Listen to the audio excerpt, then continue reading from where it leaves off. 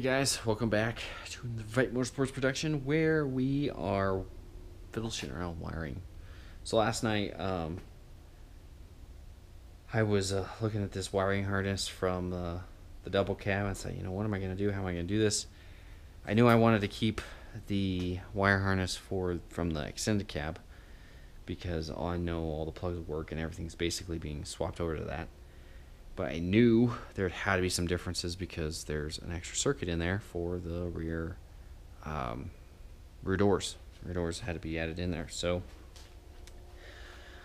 I looked and basically what I did is I mutilated the double cab harness from the interior. That thing's toast completely. Pulled out the circuit for the rear doors completely. Depinned a few things. There's a couple things like out of the big junction blocks. Get closer. The big junction box. There's a smaller junction box here. The wire came out of that. And then for the most part, just things that went back and forth between the two doors. So the difference is this is the pin or the connector to the driver's side door on an extended cab, and this is the connector on a double cab. So obviously a lot more connectors in a double cab. Makes perfect sense. You got a lot more to control on that side when you have those extra doors. So it ended up basically pull that circuit out just to be safe because I didn't want to make a mistake. And then of course I use my my multimeter to double check. I have it on the little buzz mode, basically buzz mode, that it's that I've got the right circuit, that I'm messing with the right wires. So all the small wires, I want to say blue, red, green, black, green, red, red, all came from the other side. On the other side of the door, to the passenger door. Purple or pink and purple here are your speaker wires, and then this like light, I don't know, almost white, but almost light green if you ask me, and yellow. Those go to the other door, to the rear door. So they're the controls for the rear door from the front. So. And then, of course, you have these two wires, this red wire, and I think this is a blue-black. They go to the driver's side rear door. So that's your extra connections you have. But for the most part, most of them are all the same. I'm sorry, I didn't say which one was the same. Blue, red, green, black, pink, red, purple, and this green, red are all the same. The added ones are this yellow and light green, and this... it's a red blue and a blue black. Those are the four that are added on. The other one that's added on is into the main connection in your what's this going to? Fuse box. This connection right here, this is for your rear door, the pins for the pins for the what? For the dome light, basically. The dome light, the doors open, connector, pins, things. If that makes any sense. Probably doesn't. So that's what I've been working on. The only thing I've had to do so far is solder 3 connections. They're added on. So you've got this blue-white, blue, solid blue, and a blue-red back here. So yeah, those are all the 3 you had to make, and I had to make those on both sides. There's the same ones are over here: blue, white, blue, red, and blue. Those all had to be made on both sides, and that goes to all of them. Color matching, so it was color matching. Didn't have to screw with it, even though I double checked everything, made sure I was working on the right circuit. Toyota is good about sticking with our colors, obviously. So yeah, so that's nice. But I've done a lot of work, not shown you, because A, it's a lot of tedious stuff and a lot of checking, double checking, back and forth, back and forth, back and forth.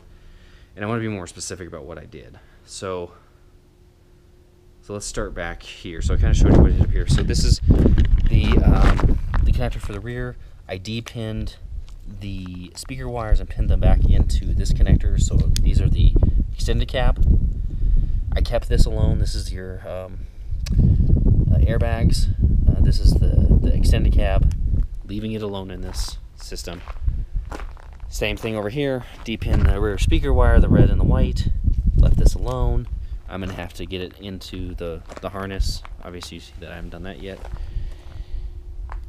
What else did I do? Soldered in those 3 lines. Anything else? Nope, didn't do anything there. Then on this one, obviously I D-pinned out of the original extended cab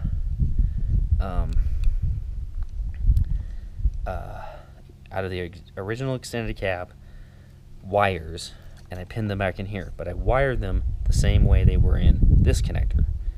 I know this red one was in a different location from the extended cab to this one, so they are wired in to this spec because this is plugging into the double cab door. So you got to keep that in mind, what you're plugging into. And then of course I pinned this wire in.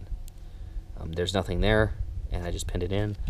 That's my fingers crossed that works. I don't know if it's going to work or not, so that's fingers crossed. So the only other thing I wanted to do and show you guys was something that I've never seen anybody actually talk about in the automotive industry anyway. This stuff, it's called splicing tape. Scotch makes this stuff. Splicing tape. You can get this from like Home Depot and stuff. An electrician turned me onto this stuff. It's pretty cool. So it's not super sticky, but to cover a splice, you only need, like, for this kind of thing, only like 2 or 3 inches, and it works really good. And you're like, how does that work? So this works by using a very small amount and stretching it. You actually stretch it, and I'm going to show you how to do it. But this is really awesome if you forgot heat shrink, or in my case, I was taking lines, cutting out the plastic. You see? No, you can't see. It's cutting out the plastic in there, and then putting in my new cable, my new wire into it, and then soldering it. So there was no, I didn't break a connection. I just added it in. So if that makes any amount of sense at all. So let's see if you can see what I'm doing here.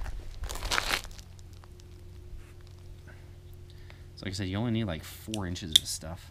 It's awesome. I would say like 2.5 inches is all you're going to need for covering over a splice.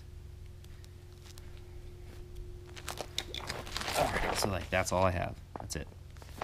And you just take it and you start it on the outside, of course. Get it connected, and then I roll it once, not even once, just one small rotation, get it kind of connected to itself, and then I start stretching it out. And so the electricians use this stuff, or at least my electrician did, when he helped me with my house, and we replaced the, we updated all of the wiring up on the roof when it connected to the house. I did like 3 zillion wraps of this stuff around the big connections up on your roof on the aerial. So it makes a waterproof seal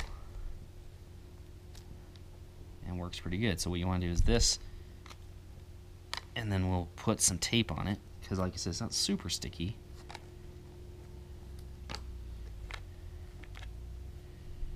But it gets the job done. So as you can see, I've already done 2 full wraps on this thing. Still have plenty to go. So finish this up. So like I said, this is a good alternative to heat shrink if either you can't do it, forgot to do it, whatever it is. It helps out. It does a lot. It does just as well as that stuff. It is a little bit bigger. You can see how it's a little thicker for sure. But so you guys, I want to kind of show you that before I totally forgot. So this little intro is about 10 minutes. I'll probably leave it at that, and I'll bring you guys back when I start working on something else. But if you guys are doing this project, you're like, how the heck do you do it? If you have the donor car interior wiring, which I recommend, just get all the wiring, get the engine, get the interior and the rear, and just get it done. Do it that way, but that's what I do. So if you liked the video, like. If you want to subscribe and see more of the videos, hit subscribe, hit the little bell if you want to get notifications, and comment below. Alright guys, till next time, peace.